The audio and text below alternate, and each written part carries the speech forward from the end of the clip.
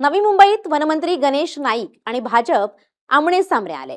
आमदार मंदा म्हात्रे यांच्यात शाब्दिक युद्ध पाहायला मिळाले। गणेश नाईक यांनी वाशीमधील नैवेद्य आणि अल्बलेला या दोन इमारतींना पाडण्याचे आदेश दिले असून यावरून भाजप आमदार मंदा म्हात्रे आक्रमक झाले आहेत। मंदा म्हात्रे यांनी मनपा आयुक्त कैलास शिंदे यांच्यासह सर्व अधिकाऱ्यांची भेट घेत याविषयी चर्चा केली।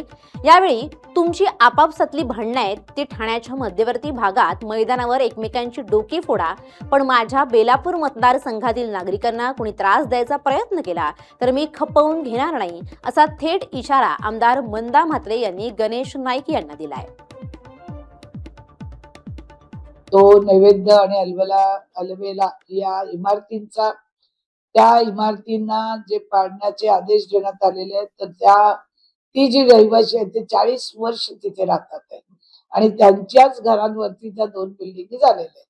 बरं, पहिल्याच्या अधिकाऱ्यांनी त्यांना सीसी दिले, ओसी दिलेली आहे, पण आता कुठल्या तरी अधिकाऱ्याने येऊन कोणाच्या तरी दबावाखाली सांगितलं की बाबा ती आम्ही दबावाखाली दिली, तर त्या अधिकाऱ्याची पूर्ण चौकशी झाली पाहिजे आणि जो अधिकारी दोषी असेल तर त्याला ताबडतोब निलंबित केला पाहिजे।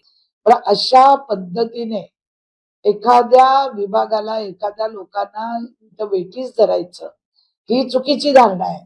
तुमचे आपसमधली जी भांडणं आहेत ती तुम्ही तिथे ठाण्याच्या कुठेतरी मध्यवर्ती भागात मैदानात जा आणि एकमेकाची डोकी फोडा, पण माझ्या बेलापूर मतदारसंघातल्या नागरिकांना जर कोणी त्रास द्यायचा प्रयत्न केला तर तो मी खपवून घेणार नाही। या दोन बिल्डिंगींना नोटीस देण्याच्या मागे राजकारण आहे फार मोठं।